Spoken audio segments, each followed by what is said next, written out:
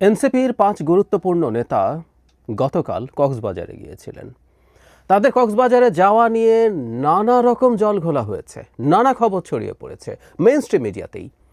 আর সবচেয়ে বেশি যেটা ছড়ালো সেটা হচ্ছে তারা গেছেন সাবেক মার্কিন রাষ্ট্রদূত পিটার হাসকে আমরা চিনি, খুব ভালো মতো চিনি। শেখ হাসিনার সময় শেষের দিকে তিনি কী কী করেছেন খুবই ভিজিবল ছিলেন তিনি। সো পিটার হাসের সাথে তারা বৈঠক করতে কক্সবাজার গেছেন এবং একটা হোটেলের কথা বলা হয় যেখানে হাস আগে থেকেই ছিলেন, সেখানে গিয়ে এরা বৈঠক করবেন এরকম খবর ছড়িয়ে পড়ে মেইনস্ট্রিম মিডিয়াতে। খুব স্বাভাবিকভাবেই এটা নিয়ে প্রচুর শোরগোল শুরু হয়। তারিখটা ৫ তারিখ বলে খুব বেশি শোরগোল আরও হয়েছে। এই বাহানায় কয়েকটা কথা বলে রাখা দরকার, কারণ এই ঘটনাটাকে কেন্দ্র করে আমাদের মিডিয়া, আমাদের চিন্তার প্যাটার্ন, আমাদেরকে নিয়ে বিদেশিদের আগ্রহ, সব কিছু নিয়ে অনেক দিকে এটাকে আসলে অ্যানালাইজ করা যায়। সো কয়েকটা কথা একটু বলে রাখি।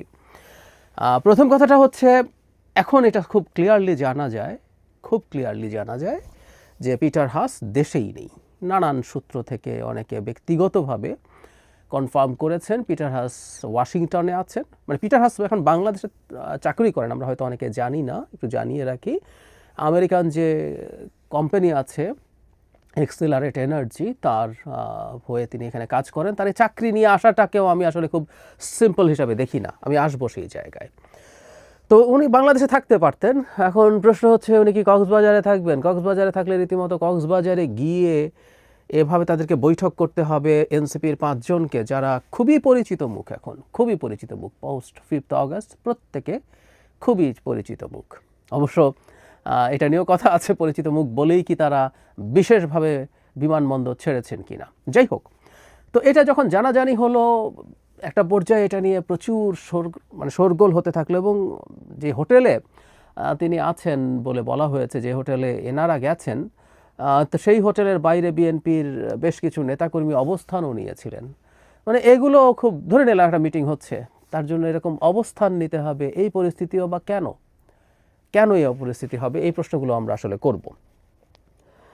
এখন যে কয়েকটা প্রশ্ন খুব গুরুত্বপূর্ণভাবে এসেছে, যে মিডিয়াতে এই খবরটা কিভাবে গেল, কারা দিলেন এই খবরটা? তো সঠিক না, তাদের কক্সবাজার যাওয়ার খবরটা সঠিক, সেটা ঠিক আছে, কিন্তু তারা যে হাসের সাথে বৈঠক করছেন এটা ভুল তথ্য ছিল। কারণ ইভেন তারা অন্য কারোর সাথেও বৈঠক করে থাকতে পারেন, কিন্তু এটা পিটার হাস নন, পিটার হাস দেশেই নেই। সুতরাং একটা অর্ধসত্য খবর দেয়া হয়েছে। এই অর্ধসত্য খবর নিয়ে যাচাই বাছাই না করে অলমোস্ট আমাদের মিডিয়াগুলো ঝাঁপিয়ে পড়লো, মেইনস্ট্রিম মিডিয়া। এটা খুবই অ্যালার্মিং। এটা শুধুমাত্র সামাজিক মাধ্যমে গেছে তা না, এটা মেইনস্ট্রিম মিডিয়াতেও গেছে।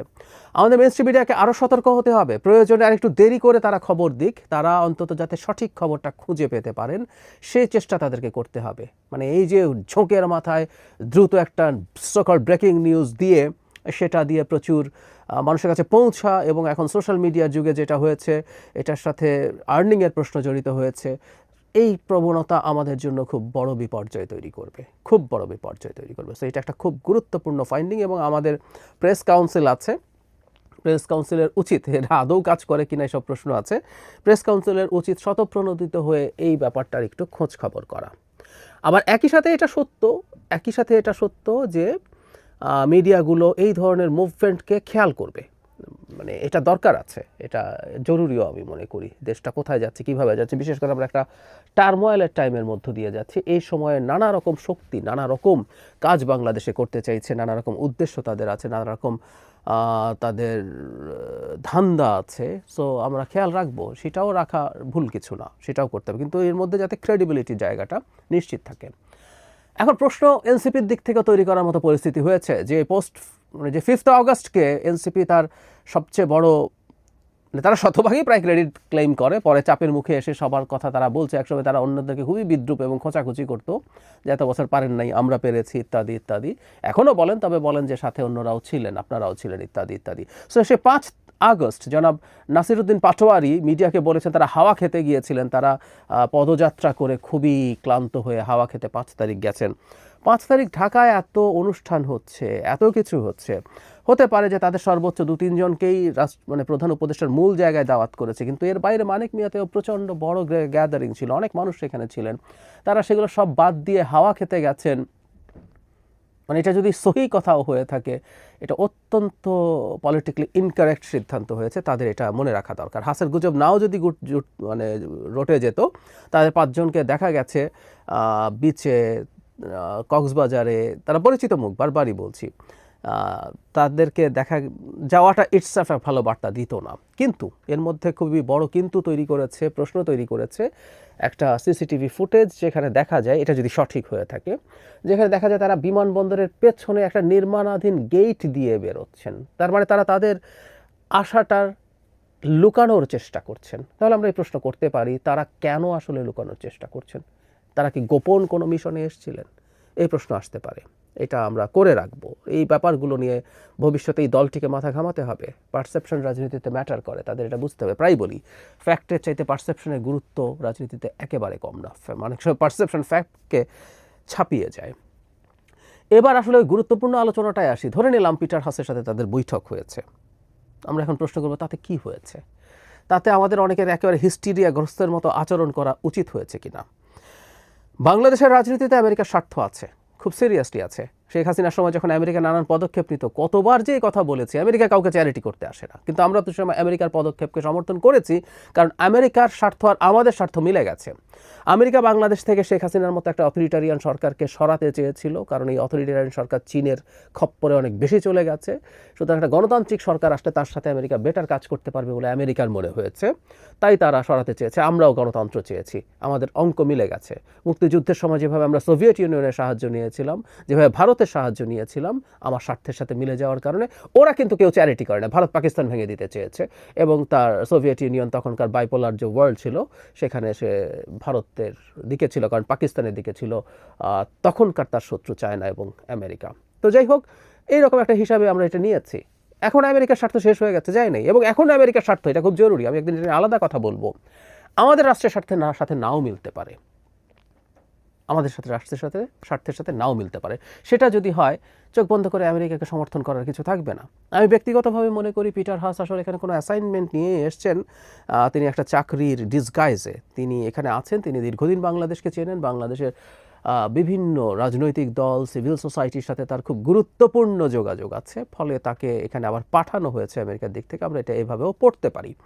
তো ফলে তিনি তার আমেরিকার স্বার্থ দেখার চেষ্টা করবেন, এবং তারা বসবেন, তারা এনসিপির সাথে বসবেন, তারা বিএনপি, জামায়াত, গণতন্ত্র মঞ্চ, যতজনের সাথে সম্ভব তারা বসবেন। এটাকে আমি প্রবলেমের কিছু দেখি না।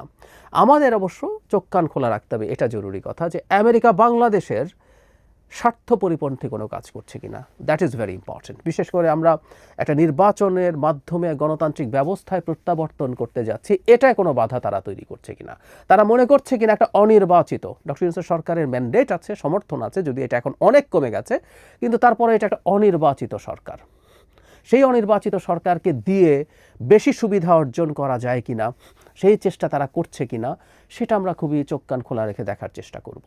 এটা ইম্পর্টেন্ট। এবং আমি এটা মনে করি আমেরিকা বাংলাদেশ বা অন্য কোনো দেশে তার ইন্টারেস্ট, তার জিওপলিটিক্যাল ইন্টারেস্ট বা ইকোনমিক ইন্টারেস্ট নিয়ে আসবে না, এটা হতে পারে না, এটা হবে। আমাদের ভবিষ্যতে কোনো নির্বাচিত সরকারকেও মানে বিগ যে পাওয়ারগুলো আছে, গ্রেট যে পাওয়ারগুলো আছে, চায়না, আমেরিকা, তাদের সাথে নেগোশিয়েট করতে হবে। এই নেগোসিয়েশনের ক্ষেত্রে আমরা সবসময় যেটা চাই, একটা নির্বাচিত সরকার যদি হয়, সে জনগণের স্বার্থ দেখতে পারে, সে তখন কঠোর হতে পারে, জনগণের স্বার্থের জন্য বেশি বার্গেইন করতে পারে, এই কাজটা করতে পারতে হবে।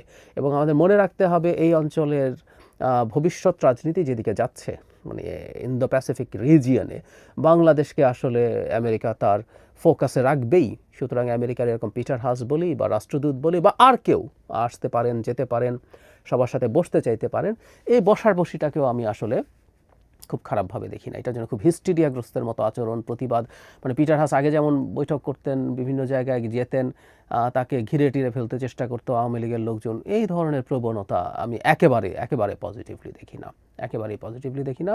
আর আমি একটা জিনিস মনে করি, এনসিপিরও এই জিনিসগুলো নিয়ে লুকোছাপা করা উচিত না। পিটার হাস এই মুহূর্তে বাংলাদেশে আমেরিকান মিশনের কেউ না ফর্মালি, তারপরে যদি তার মতো কোনো ব্যক্তির সাথে বসতে, এটি লুকোছাপার কিছু নাই। তিনি দীর্ঘদিন বাংলাদেশে কাজ করেছেন, তিনি তাদের সাথে কোনো ব্যাপারে জানতে চাইতে পারেন, বুঝতে চাইতে পারেন, তারা বসতেও চাইতে পারেন, তারা বসাতেও আমি কোনো দোষের কিছু দেখি না। আবারও বলছি, এগুলো লুকানোর চেষ্টা যদি হয়, সেগুলো রাদার অনেক বেশি প্রশ্ন তৈরি করবে।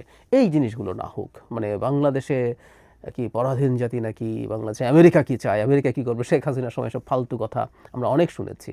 ও তো আমরা মনে করি এই বর্তমান সরকারের সময় তো বটে, ভবিষ্যৎ নির্বাচিত সরকারের সময়ও তারা তাদের স্বার্থের জন্য কাজ করে যাওয়ার চেষ্টা করবে, তারা তাদের নেটওয়ার্কিং মেনটেন করার চেষ্টা করবে, তারা বিভিন্ন পক্ষের সাথে, পাওয়ারের বিভিন্ন সেন্টারের সাথে কথা বলবে, তারা তাদের স্বার্থ দেখার চেষ্টা করবে। আমরা আমাদের স্বার্থের ক্ষেত্রেও দেখব কতটুকু আমাদের স্বার্থের সাথে ম্যাচ করে, আমরা সেটার সাথে কমপ্লাই করব, আমরা দর কষাকষি করব, এভাবেই এগিয়ে যাব। ভবিষ্যৎ পৃথিবীতে এই ঘটনাগুলো আগে যতটা ঘটেছে তার চেয়ে বেশি ঘটবে। সুতরাং এগুলো নিয়ে একেবারে এত হিস্টেরিয়াগ্রস্ত হওয়ার কিছু আছে বলে আমার মনে হয় না।